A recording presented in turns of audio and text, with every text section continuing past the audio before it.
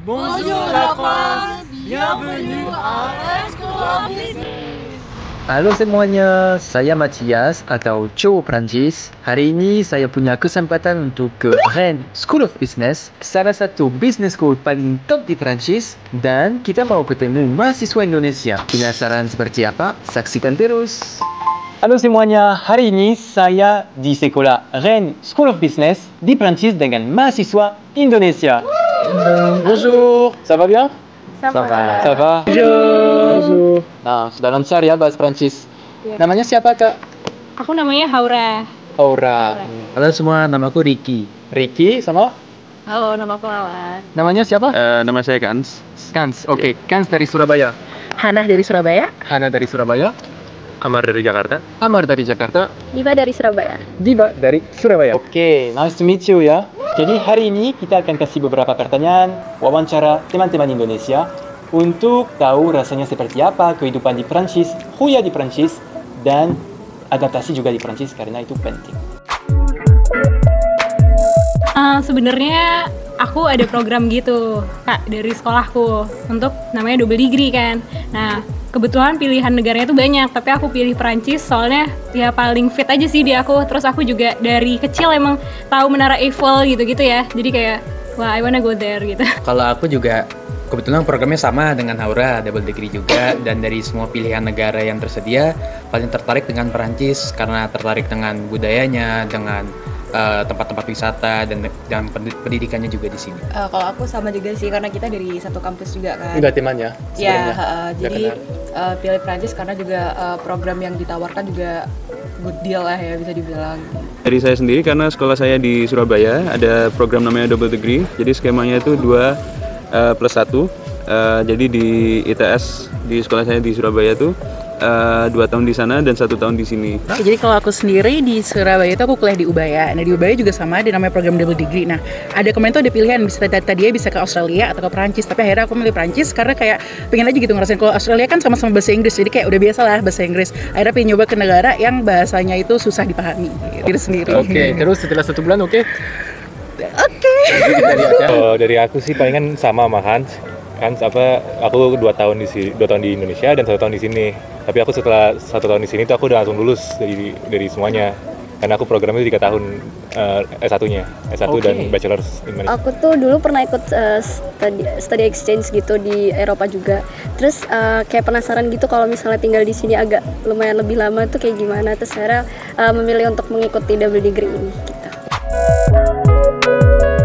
Aku paling mamaku sih untuk apa ya, lebih ke bukan specifically Prancis tapi lebih ke specifically study abroad gitu ya. Ya mamaku inspirasiku sih buat Untuk yuk berangkat ke Iya Prancis. kayak yuk ayo semangat nih belajar sampai ke luar negeri kayak gitu. Ceritanya hampir sama sih, Hampir mama sama juga ya, gitu. orang tua ya. Ayo kuliah ke Perancis, keren gitu. Iya. Sama ya. Wah keren ya, apalagi kalau orang tua bisa push dan semangat sama anak juga ya. Iya betul. Saya terinspirasi dari salah satu pengusaha dari Prancis. Oke. Ya, namanya Bernard Arnault. Bernard Arnault. Ya, CEO-nya LVMH, ya itu yang salah satu menginspirasi saya buat kuliah di sini. Oke. Siapa tahu bisa magang ya nanti di sana. Ya, amin. Kalau aku karena memang dari dulu pengen aja study di luar itu. Oke.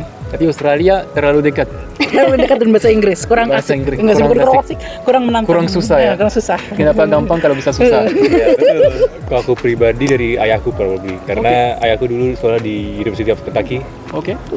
Dan ya aku mungkin disuruh ya kamu kok kuliah di luar negeri dong. Oke, sekarang ya lagi di luar negeri. Mantap. Kalau aku nggak ada sih, aku cuman pengen banget dari dulu ngelanjutin di luar negeri gitu aja. Nice. Jujur ada banget sih Kak, kayak homesicknya gitu ya. Homesick ya? Iya, homesick tuh pasti karena apa ya? Kita kangen lingkungannya paling sih, lingkungannya karena kita di sini harus adapting kan, adjusting dan itu susah banget sih. Apalagi aku 1 bulan pertama di sini kayak nangis gitu ya kayak. Oh ya. Aku kangen banget sama rumah. Lebih ke kangen keluarganya sih, kangen apa ya? Keluarganya, Teman-teman, benar. iya gitu. Kan suasananya terus nyaman juga di betul rumah banget. kan. Sama sih kalau Sama. aku juga ya kangen rumah, apalagi kan pertama kalinya misal dengan orang tua ada gitu untuk setahun. Paling kerasa tuh mulai pas dari bandara mulai say goodbye, terus ngeliat setahun lagi nggak balik lagi nih ke Jakarta gitu. Sama ya, benar. Ya, kurang lebih mungkin karena perbedaan kultur sama budayanya itu ya yang jauh gitu. Terus Terus juga sebelumnya belum pernah ke Eropa juga kan, jadi ya whole new experience buat tinggal di sini langsung lama juga. Oke, yang biasanya kan kayak kalau saya lihat di kayak TikTok atau Instagram gitu-gitu kan, kayak Prancis ini katanya kan jorok gitu kan, apalagi kayak di Paris gitu. Tapi in fact setelah saya di sini udah 1 bulan, nggak semua area kayak gitu. Ya memang ada beberapa, cuman nggak semua. Minoritas ya? Minoritas aja. Oke, nice. Oke. Jadi kalau dari aku sendiri, karena aku suka solo traveling, ketakutan untuk tinggal di luar negeri ya nggak ada, bisa dibilang nggak ada gitu, karena udah ada gambaran bakal kayak gimana sih di luar negeri tinggalnya. Nah tapi yang aku takutin gitu, aku sebagai muslim yang pakai jilbab kan ada stigma tertentu tentang orang Prancis tuh rasis sama muslim apa kayak gitu ya. Tapi terus aku tadi takut pasti ya, tapi setelah nyampe sini tuh enggak kok, karena di sini pun banyak muslimnya, terus juga orang-orang juga semua walaupun aku pakai jilbab ya baik-baik aja kayak gitu. Jadi Oke, nice, good experience. Kalau aku pribadi takutnya tuh karena kan di sini kata-katanya sih ya orang pada judes tuh, pada nggak mau jawab kalau ngomong pakai bahasa Prancis. Aku dari awal tuh udah panik gitu, karena dengar dari cerita temen aku juga ada yang kena. Nah terus waktu datang sini ternyata sampai sekarang sih belum pernah ada yang kejadian aku dijudesin karena nggak bisa bahasa Prancis. Malah pada lo welcoming, pada usaha cari caranya Inggrisnya dicari diusahain. Jadi ya udah gak takut lagi sekarang. Oke, apalagi di Rennes ya. Bagus. Kalau aku pribadi tuh mungkin karena nggak pernah jauh dari keluarga kayak selama ini, jadi kayak tantangannya tuh kayak gimana sih caranya kita bisa keluar negeri sendiri, kayak ibaratnya kita hidup sendiri, kita masak dan lain-lain tuh sendiri, jadi itu tantangan banget buat aku dan sebuah ketakutan juga karena emang dari diri sendiri juga nggak pernah melakukan hal itu. I see. Kalian kalau 1 tahun di sini bisa dapat banyak kan, ada bahasa, belajar tentang budaya yang baru, ketemu banyak teman-teman Prancis. Udah ada teman-teman Prancis? Ya, ada sedikit-sedikit. Pakai bahasa apa? Prancis atau Indonesia? Pakai bahasa Inggris. Kan di sini bisa praktis juga sedikit bahasa Prancis. Gimana, lancar kan?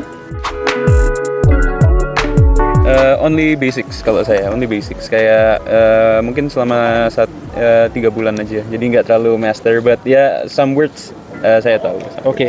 Dan pas sampai di sini bisa dengarkan beberapa kata yang sudah pernah belajar. Oke. Kalau aku belajarnya dari Duolingo, terus sebenarnya yang kurasain tuh kadang masih bisa nangkep sekitar 2-3 kata, terus bisa nangkep konteksnya gitu. Dari orang ini ngomong ini, terus jadi paham kayak. Oke. Untuk nangkep konteksnya level berapa Duolingo? Duolingo sekarang udah masuk ke kayak udah selesai satu paketnya udah selesai semua, sekarang lagi di paket kedua kayak gitu. Paket kedua ya. Paket kedua Duolingo bisa mengerti sedikit. Kalau aku sih emang baru bisa Duolingo, iseng nyoba baru seminggu terus udah capek.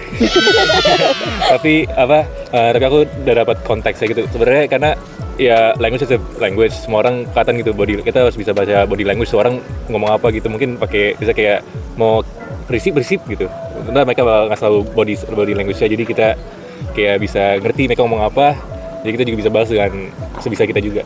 I see, nice. Kalau aku ya sama kayak Amanda, kayak Duolingo tapi kayak agak males-males gitu. Cuman sejauh ini makin kesini kita kayak mengerti gitu loh mereka mau ngomong apa, kayak kita jadinya kayak mungkin karena sering kayak belanja kan selalu kayak kasirnya ngomong pakai bahasa sini kayak gitu kan, jadi kita kayak akhirnya mengerti oh dia mau ngomong apa kayak gitu lama-kelamaan. Oke, jadi juga mungkin lebih belajar kalau langsung di sini kan learning by doing. Sehari-hari kan perlu makan, perlu ke sekolah, naik transportasi, learning by doing. Oke, great. Ya, sedikit-sedikit lah. Sedikit? Oui gitu. Oui, merci. Ya, merci. Au revoir. Au revoir. Salut. Ya, coucou. Pertanyaan apa lagi? Pasti seru ini. Saksikan terus untuk part selanjutnya. Jangan lupa subscribe, like, dan bagi sama teman-teman. Dan satu lagi ya, komen pertanyaan kamu di bawah. À la prochaine.